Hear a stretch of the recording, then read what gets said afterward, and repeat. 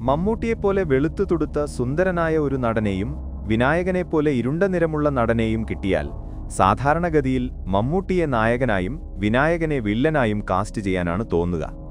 എന്നാൽ ഇത് മലയാള സിനിമയാണ്. ഇവിടെ പതിവുകൾ തെറ്റും. മമ്മൂട്ടി സീരിയൽ കില്ലറാകും. കേസ് അന്വേഷിക്കുന്ന പോലീസുകളിനായി വിനായകനെത്തും. മികച്ച പ്രകടനങ്ങൾ കൊണ്ട് സമ്പന്നമാണ് കാലം കാവൽ. കഥയൊന്ന് ചൂടുപിടിക്കാൻ അല്പം സമയമെടുക്കുമെങ്കിലും സെക്കൻഡ് ഹാഫ് ഗംഭീരമാണ്. അവസാനത്തെ അരമണിക്കൂർ അക്ഷരാർത്ഥത്തിൽ ഞെട്ടിക്കും. മമ്മൂട്ടി തന്റെ തോളിലേറ്റി വിജയിപ്പിച്ച ചിത്രമാണിത്. അതിലെ ഒരൊറ്റ സീൻ മാത്രം മതി അദ്ദേഹത്തിന്റെ റേഞ്ച് അറിയാൻ. വഴിയരികിലെ ഒരു കടയിൽ നിന്ന് സിഗരറ്റ് വലിച്ച് തന്റെ അടുത്ത ഇരയെ നോട്ടമിടുന്ന ആ രംഗം അഭിനയത്തിന്റെ ഒരു മാസ്റ്റർ ക്ലാസ് തന്നെയാണ്. ആ ചുണ്ടിലുണ്ടാകുന്ന ചിരി ആദ്യം വശീകരിക്കുന്നതായും തൊട്ടടുത്ത നിമിഷം ഭയപ്പെടുത്തുന്നതായും മാറുന്നു. ആ ചിരിയിലുണ്ടാകുന്ന മാറ്റം വളരെ ചെറുതാണ്, പക്ഷേ അതുണ്ടാക്കുന്ന ഇമ്പാക്റ്റ് 1000 മടങ്ങാണ്. മലയാളത്തിൽ ഇറങ്ങിയ ഏറ്റവും മികച്ച സീരിയൽ കില്ലർ സിനിമകളിലൊന്നാണ് കാലം കാവൽ. എന്നാൽ ഇന്ന് നമ്മൾ സംസാരിക്കാൻ പോകുന്നത് മറ്റൊരു സീരിയൽ കില്ലർ സിനിമയെക്കുറിച്ചാണ്. ഗംഭീര പ്രകടനങ്ങളും വ്യത്യസ്തമായ കഥാഖ്യാനവും കൊണ്ട് വിസ്മയിപ്പിച്ച മറ്റൊരു ചിത്രം. സൈക്കോളജിക്കൽ ത്രില്ലർ സിനിമകളുടെ ചരിത്രമെടുത്താൽ അതിലേറ്റവും മുൻപിൽ നിൽക്കുന്ന പേരാണ് ദ സൈലൻസ് ഓഫ് ദ ലാംബ്സ്. 1991 ജോണതാൻ ഡെമ്മെ സംവിധാനം ചെയ്ത ഈ ചിത്രം തോമസ് ഹാരിസിന്റെ നോവലിനെ ആസ്പദമാക്കിയുള്ളതാണ്. വളരെ വ്യത്യസ്തമായ ഒരു ത്രില്ലർ സിനിമയാണിത്. വലിയ ജംപ്സ്കെയർസ് ഒന്നുമില്ല ഈ സിനിമയിൽ. 2 പ്രധാന കഥാപാത്രങ്ങൾ തമ്മിലുള്ള സംസാരത്തിലൂടെയാണ് ഈ സിനിമയുടെ കഥ മുന്നോട്ടു പോകുന്നത്. കഥ തുടങ്ങുന്നത് ക്ലേറിസ് കാർലിംഗ് എന്ന യുവതിയിലാണ്. FBI-യിൽ ട്രെയിനിങ് ചെയ്യുന്ന ഒരു ഉദ്യോഗസ്ഥ.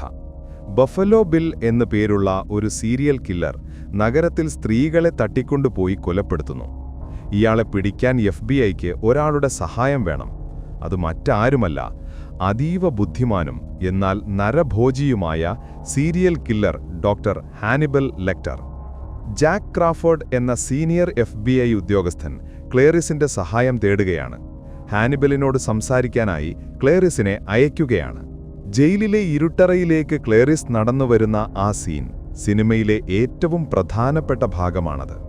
അവിടെ ശാന്തനായി മര്യാദക്കാരനായി ഹാനിബൽ ലെക്ടർ നിൽക്കുന്നു.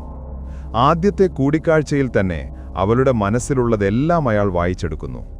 അവളുടെ കുട്ടിക്കാലത്തെ വേദനയും പേടിയും ലക്ഷ്യവുമെല്ലാം നിമിഷങ്ങൾക്കുള്ളിൽ അയാൾ മനസ്സിലാക്കുന്നു. ഇവിടെയാണ് സിനിമയുടെ യഥാർത്ഥ കളി തുടങ്ങുന്നത്.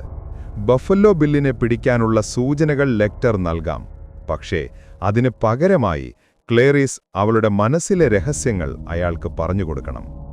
അതേസമയം ബഫല്ലോ ബിൽ മറ്റൊരു പെൺകുട്ടിയെ തട്ടിക്കൊണ്ടുപോയതായി വിവരം പുറത്തുവരുന്നു. ഇനി ലെക്ടറിന്റെ സഹായം കൂടാതെ മുന്നോട്ടു പോകാനാകില്ല എന്ന് മനസ്സിലാക്കുന്ന ക്ലേറിസ് തന്റെ കുട്ടിക്കാലത്തെ ഒരനുഭവം അയാളുമായി പങ്കുവയ്ക്കുന്നു. ഒരു ഫാമിൽ വെച്ച് അറുക്കാൻ കൊണ്ടുപോകുന്ന ആട്ടിൻകുട്ടികളുടെ കരച്ചിൽ അവൾക്കിപ്പോഴും കേൾക്കാം. ആ ആട്ടിൻകുട്ടികളെ രക്ഷിക്കാൻ കഴിയാത്തതിന്റെ കുറ്റബോധം അവളെ വേട്ടയാടുന്നുണ്ട്. ഇപ്പോൾ ബഫല്ലോ ബിൽ പിടിച്ചുവച്ചിരിക്കുന്ന പെൺകുട്ടിയെ രക്ഷിച്ചാൽ മാത്രമേ ആ കരച്ചിൽ നിൽക്കൂ എന്ന് ലെക്ടറിന് മനസ്സിലാകുന്നു.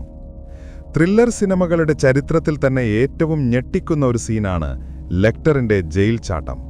അതീവ ക്രൂരമായും എന്നാൽ കൃത്യമായ പ്ലാനിങ്ങിലൂടെയുമാണ് അയാൾ പോലീസിനെ വെട്ടിച്ച് രക്ഷപ്പെടുന്നത്. അവസാനം ക്ലേറിസ് ബഫല്ലോ ബില്ലിന്റെ ഒളിത്താവളത്തിലെത്തുന്നു. അവിടെ വെളിച്ചമണച്ച് നൈറ്റ് വിഷൻ ഗ്ലാസ് വെച്ച് കില്ലർ ക്ലേറിസിനെ നോക്കി നിൽക്കുന്ന ആ സീൻ പ്രേക്ഷകരെ മുൾമുനയിൽ നിർത്തുന്ന നിമിഷമാണത്. സ്വന്തം പേടിയെ അതിജീവിച്ച് അവൾ ആ കൊലയാളിയെ നേരിടുന്നു. ഇനി ഈ സിനിമയെ ഒന്ന് ഡീപ്പായി വിശകലനം ചെയ്യാം. ക്ലേറിസ് എന്ന ലീഡ് കഥാപാത്രത്തെ ഒരു മെയിൽ ഡോമിനേറ്റഡ് പ്രൊഫഷണൽ ഒറ്റയ്ക്ക് പൊരുതുന്ന സ്ത്രീയായിട്ടാണ് പ്രസന്റ് ചെയ്യുന്നത്. അവൾ എപ്പോഴും പുരുഷന്മാർക്കിടയിലാണ്. അവർ ഒന്നില്ലെങ്കിൽ അവളോട് അട്രാക്റ്റഡ് ആണ്, അല്ലെങ്കിൽ അവളെ പുച്ഛത്തോടെ നോക്കുന്നു. ലെക്ടർ മാത്രമാണ് അവളെ മനസ്സിലാക്കുകയും അംഗീകരിക്കുകയും ചെയ്യുന്നുള്ളൂ. ഹാനിബൽ ലെക്ടർ എന്ന കഥാപാത്രത്തെ ലോക സിനിമാ ചരിത്രത്തിൽ തന്നെ ഏറ്റവും പേടിപ്പെടുത്തുന്ന വില്ലന്മാരിൽ ഒരാളാക്കി മാറ്റിയത് ആന്റണി ഹോപ്കിൻസിന്റെ മികച്ച പ്രകടനമാണ്. ബഫല്ലോ ബിൽ എന്ന കഥാപാത്രത്തെ ഒരു ട്രാൻസെക്ഷൽ ആയിട്ടാണ് അവതരിപ്പിക്കുന്നത്. അയാൾ ഒരു സ്ത്രീയായി മാറാൻ ആഗ്രഹിക്കുന്നു. ലെക്ടർ ബഫല്ലോ ബില്ലിന്റെ മാനസികാവസ്ഥയെ ഒരു ഐഡന്റിറ്റി ക്രൈസിസ് ആയി വിശദീകരിക്കുന്നു. പക്ഷെ എങ്ങനെയാണ് ലെക്ടറിന് ബഫല്ലോ ബില്ലിനെക്കുറിച്ച് ഇത്രയധികം ഡീറ്റെയിൽസ് അറിയാൻ കഴിയുന്നത് എന്ന സംശയം വന്നേക്കാം. പുതിയ ഫാൻസ് തിയറികൾ പറയുന്നത് ലെക്ടർ തന്നെയാണ് ബില്ലിനെ സൃഷ്ടിച്ചതെന്നാണ്. ചിലപ്പോൾ അയാൾ ലെക്ടറിന്റെ പഴയ ഒരു പേഷ്യൻ്റ് ആയിരിക്കാം.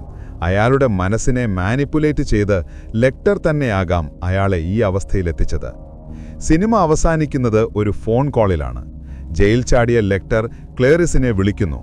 ലോകത്തിന് നിന്നെ ആവശ്യമുണ്ട് എന്ന് പറഞ്ഞ് തന്റെ പഴയ ശത്രുവിനെ ഡിന്നർ കഴിക്കാൻ പോകുന്നു എന്ന് സൂചിപ്പിച്ച് അയാൾ ജനക്കൂട്ടത്തിനിടയിലേക്ക് മാഞ്ഞു പോകുന്നു. എന്തുകൊണ്ടാണ് ഈ സിനിമ ഇത്ര വലിയ വിജയമായത്? ഇത് വെറുമൊരു പോലീസ് കള്ളൻ കഥയല്ല. വലിയ ബഹളങ്ങളോ ജംസ്കെയർസോ ഇല്ലാതെ തന്നെ പ്രേക്ഷകരുടെ മനസ്സിൽ പേടി നിറയ്ക്കാൻ ഈ സിനിമയ്ക്ക് കഴിഞ്ഞു. ആന്റണി ഹോപ്കിൻസിന്റെ അഭിനയവും ആ കഥയും ഇന്നും സിനിമാ ലോകത്തെ വിസ്മയിപ്പിക്കുന്നു.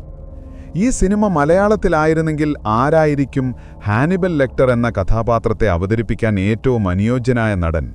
നിങ്ങളുടെ അഭിപ്രായങ്ങൾ കമന്റ് ബോക്സിൽ രേഖപ്പെടുത്തുക.